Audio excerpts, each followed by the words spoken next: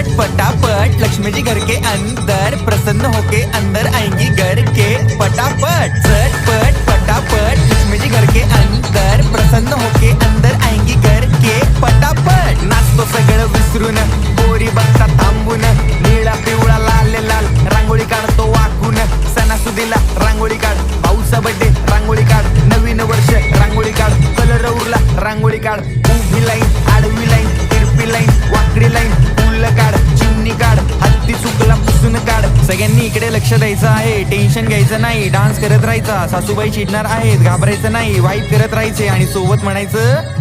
झटपट पटापट लक्ष्मीजी घर के अंदर